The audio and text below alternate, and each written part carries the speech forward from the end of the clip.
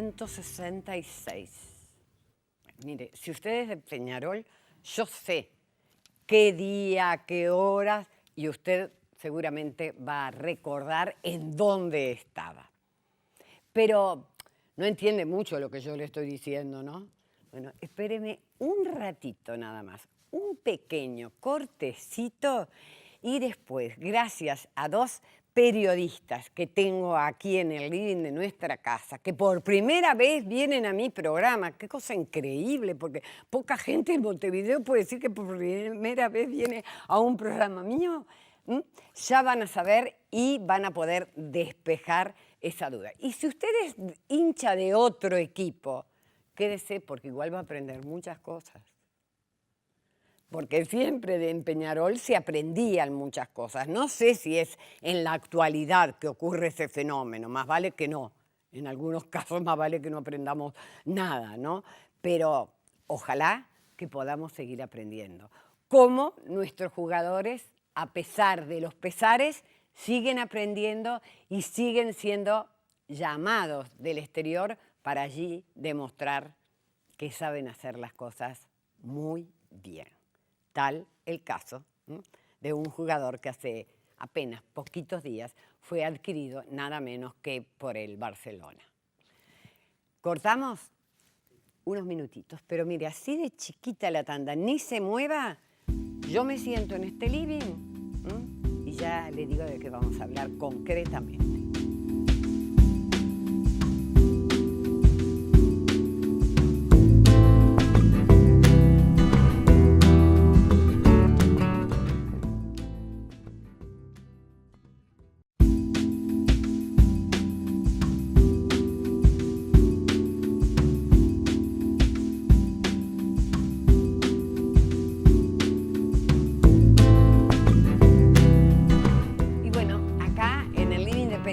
Hoy tengo el gusto de recibir a Silvia Pérez. ¿Qué tal? Una de las vanguardistas, ¿no? De las mujeres esas emprendedoras que se metió en el tema del fútbol. ¿Cuántos años hace? Y bueno, yo comencé en el año 1987 en este canal, en el informativo de Canal 5, y bueno, y fue un poco una revolución porque no había otras mujeres que lo hacían. Aunque yo no soy la primera y me gusta aclararlo, hubo gente que trabajó en la década del 50 y del 60 en diario. Sí, pero la tele no tuvo tanta repercusión. La tele hace que te conozca mucho más. Entonces hay una mujer que habla de fútbol. Bueno, pero ser la hija de mi padre, que fue un exjugador, periodista, Marcelino Pérez, me daba cierto crédito, si no hubiera sido más difícil todavía. ¿Sí? Sí, sí. Bueno, ahora después vamos a hablar un poquito de tu papá también, ¿no? Dale. Y bueno, y acá está Luis Prat, periodista, escritor, un hombre que a mí me ha convocado muchas veces para hablar de distintos, cuando no antagónicos temas.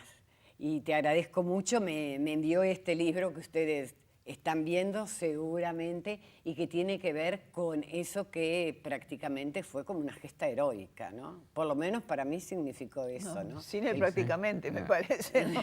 Efectivamente.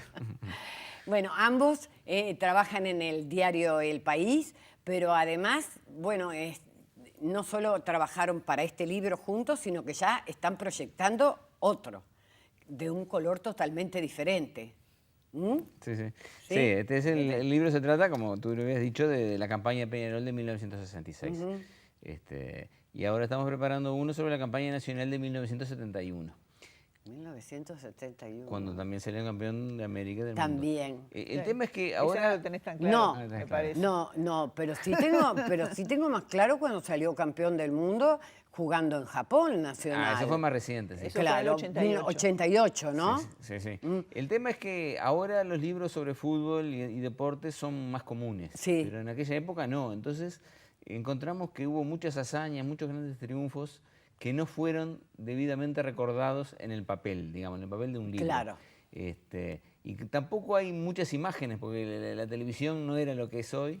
Entonces, generalmente son memorias que van pasando a los padres a los hijos, qué bien que jugaba aquel equipo, qué bien aquel jugador, pero las jóvenes generaciones no saben mucho. Entonces, bueno, decidimos incursionar. Bueno, en realidad, le voy a dar un poco a las nuevas generaciones.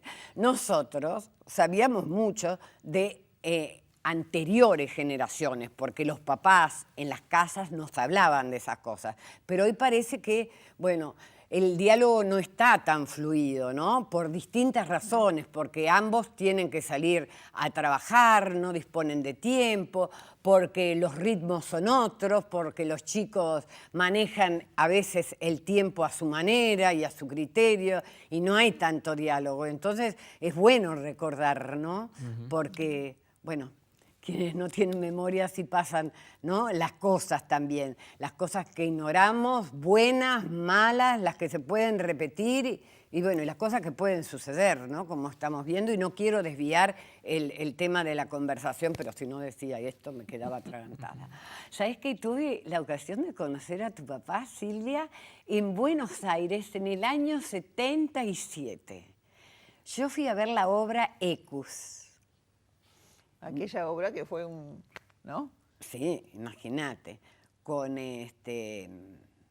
Solá, con Miguel Ángel Solá y Duilio Marcio, en la calle Corrientes. Y estaba tu papá. Y yo sabía quién era tu papá. ¿Y por qué sabía? Porque en mi casa se debería hablar.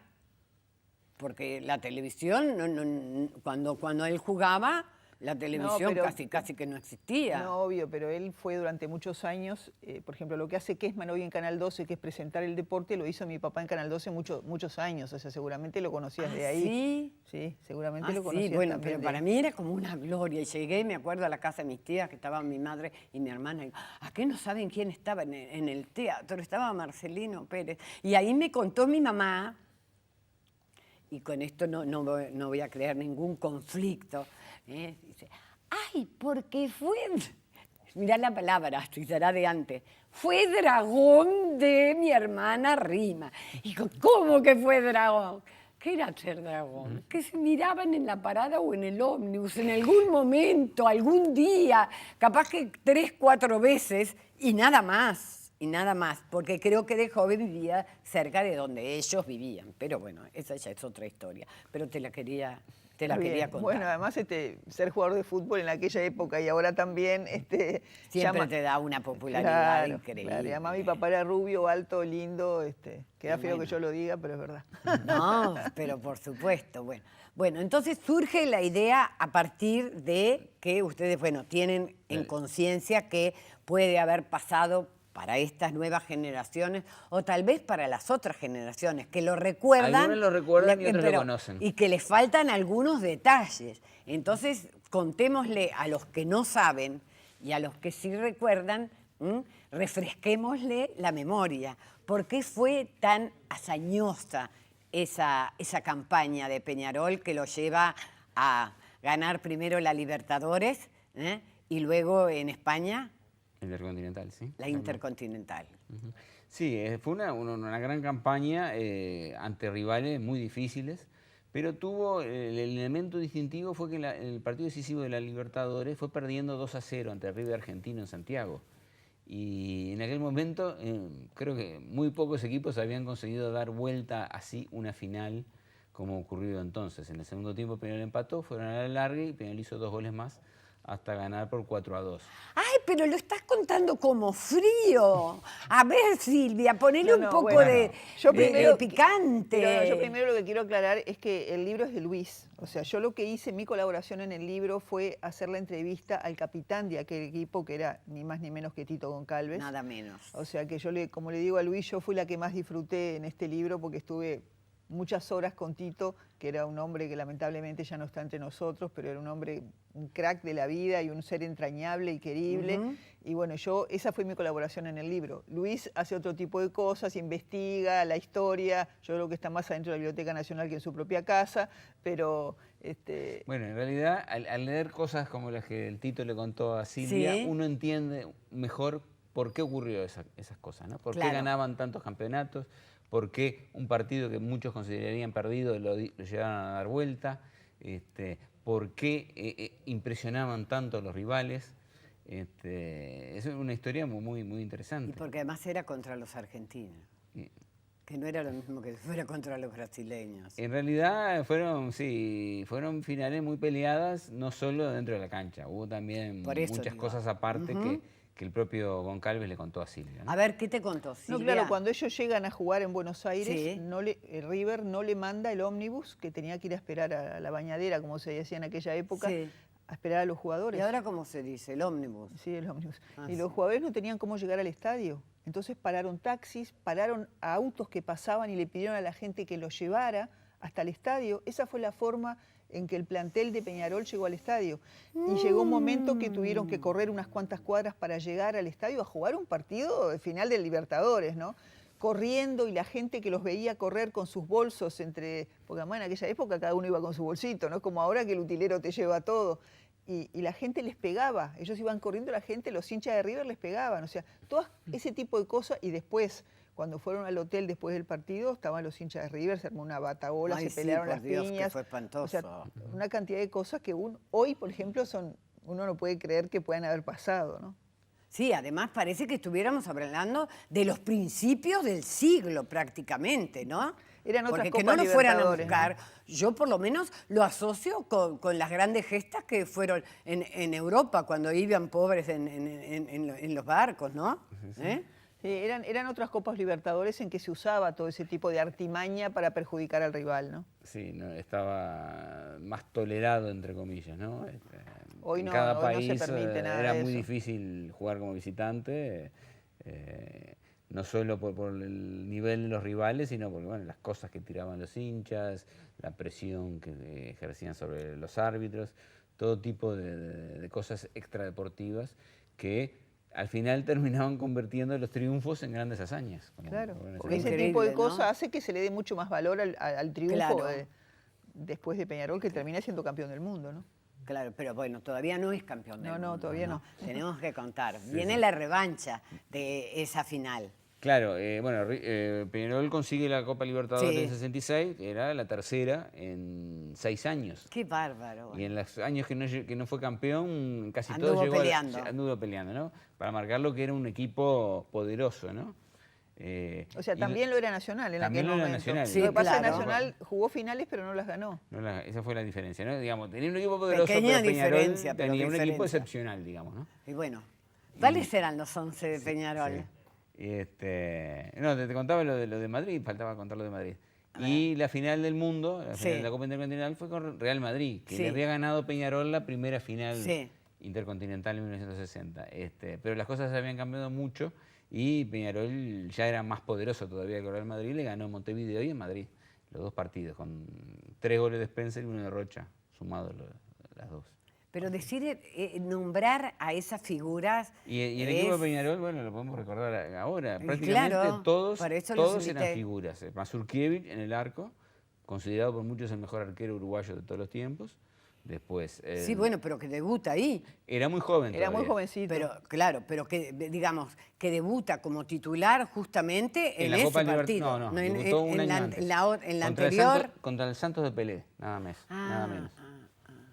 Cuando hubo problemas con el golero. Sí, sí, Que no, con Maidana. Hubo no, algún problema no disciplinario. acató la disciplina. Y pusieron lo pusieron a Mazurkiewicz. Mazurkiewicz, que tenía 20 años, y le tiraron, bueno, mañana jugás contra el Santos de Pelé. Y atajó muy bien y, bueno, demostró que ya tenía una pasta que... Me acuerdo con los cuando años- llegó, me acuerdo cuando llegó. Ese muchachito, decía todo el mundo, ¿no? Ese muchachito, la revelación. Y yo creo que un poco esa leyenda de que cuando uno sale lesionado u otro no puede jugar, siempre a la gente le queda la ilusión. Mirá, capaz que se destapa este otro, ¿no? Y vaya si se destapó.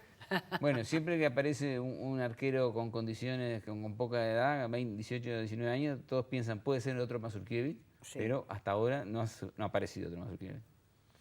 Bueno, seguimos contando. Sí. En la punta derecha marcaba a Pablo Forlán, el padre de Diego, que en aquel momento quizá era el más discutido del equipo porque era más jovencito, pero él sabía correr por la punta y tirar los Correr, centros. me parece verlo correr. Los centros sí. perfectos para Sí. que cabecearan Spencer y Joya o Rocha, cualquiera de ellos.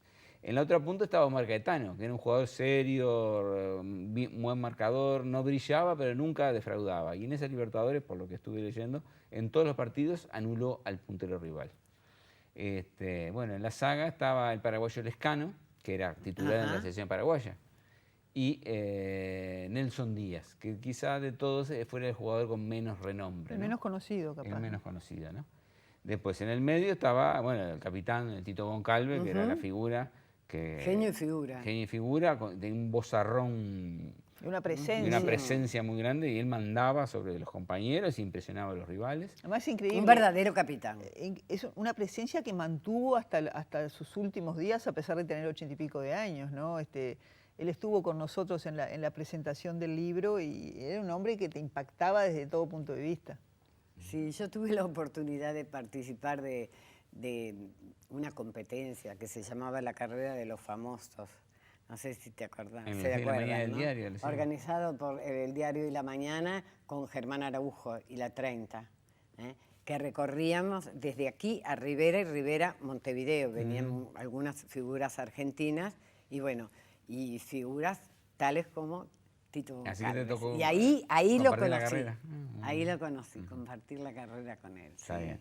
Después jugaba el Pocho Cortés. Que era ¡Ay, famoso! Famoso, que era el que más trabajaba, ¿no? Él corría por todos lados, marcaba a todos, pero también era un buen jugador y hacía muchos goles.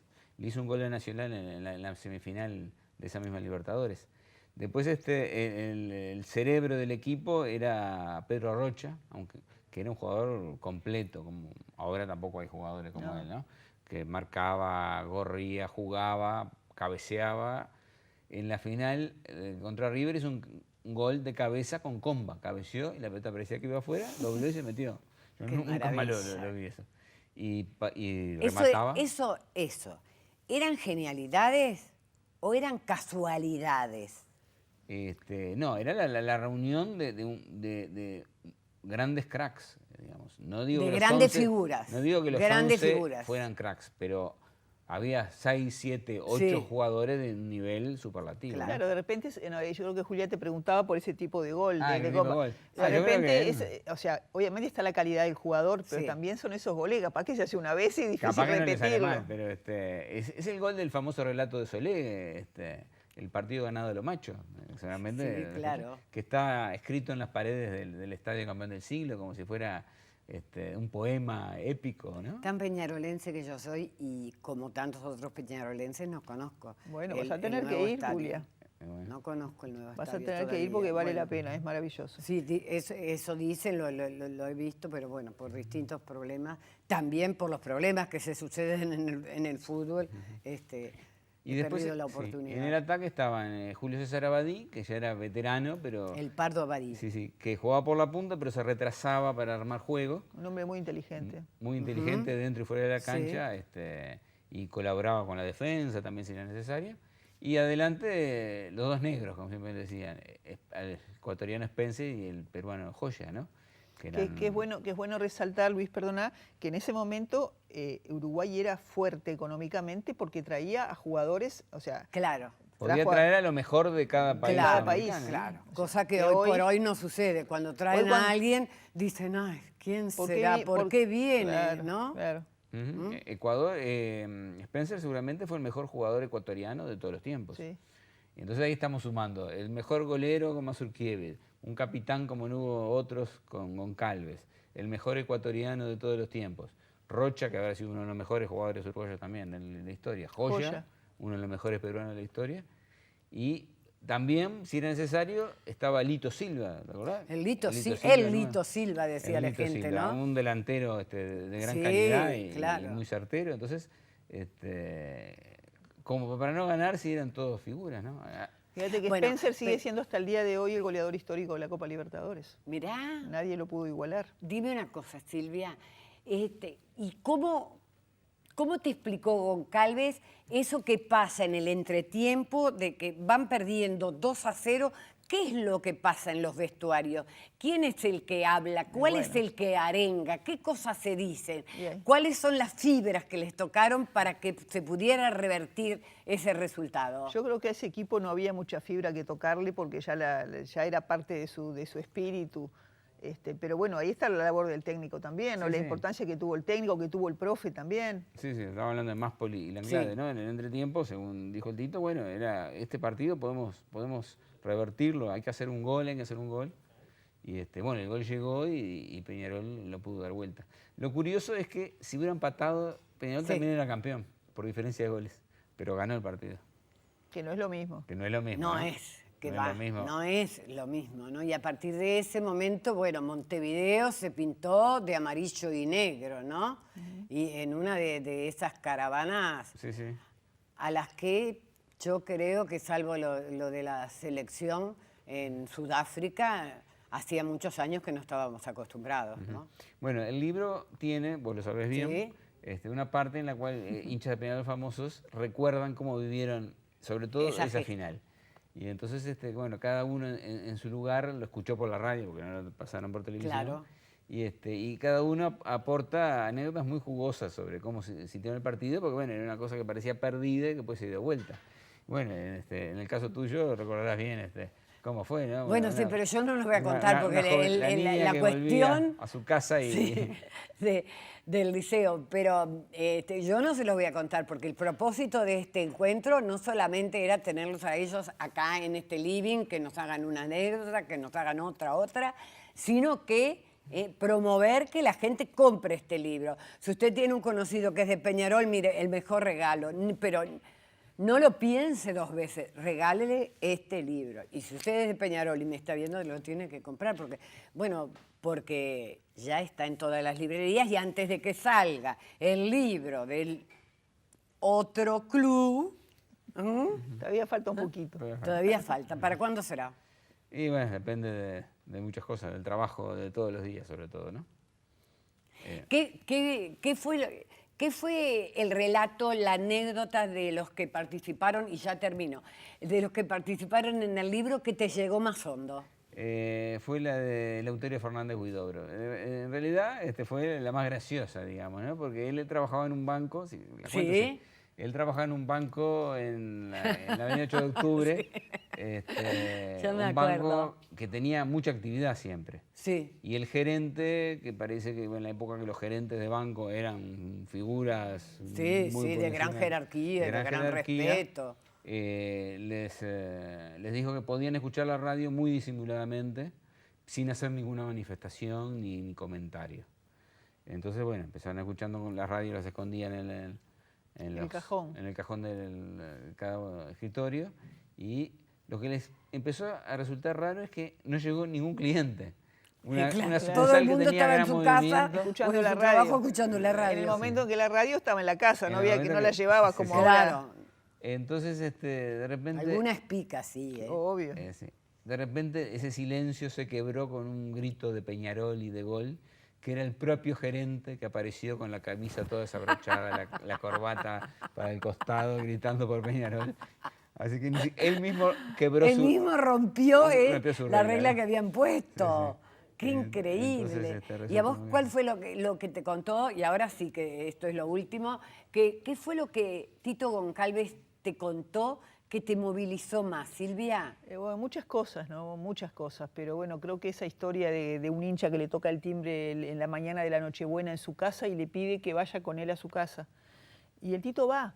O sea, una cosa que hoy uno no puede entender que un jugador haga. El Ni Tito un va, jugador ni nadie. el Tito va a Ni la nadie, casa, un a la susto casa tremendo. No, va a la casa de este hincha que lo quería invitar para agasajarlo a Tito. Y bueno, y ahí entra a la casa y todo es de Peñarol. El perro tiene una cosa amarilla, los peces son amarillos y negros. La mujer del hombre le dice, ay, vino, que muchas gracias. En el corazón de mi esposo está usted primero que nadie, después mi hija y después yo. No. Y el Tito dice que él fue porque él sabía que se debía a esa gente, que él se debía a esa gente y que le estaba dando una gran alegría a ese hincha con ir a su casa el día de la Nochebuena. O sea, esa historia y muchas otras que contó, pero bueno, esa realmente Qué me bárbaro, impactó ¿no? porque ¿Cómo se ha perdido? uno piensa que un jugador de hoy es imposible. Sí, pero más allá que de pronto uno lo pueda hacer, que por parte de la gente se anime a dar ese paso, el otro se anime a ir. ¿Cómo ha cambiado la vida, no? Totalmente. Y no en tantos años, en medio siglo. Sí, sí. No es tanto, pero las costumbres muchas veces hacen que las cosas cambien para peor, ¿no? Hay muchas Algunas cosas, cosas hay sí. muchos avances de toda naturaleza, para empezar científicos y tecnológicos. El asistente me va a matar. Para mí que es de Nacional.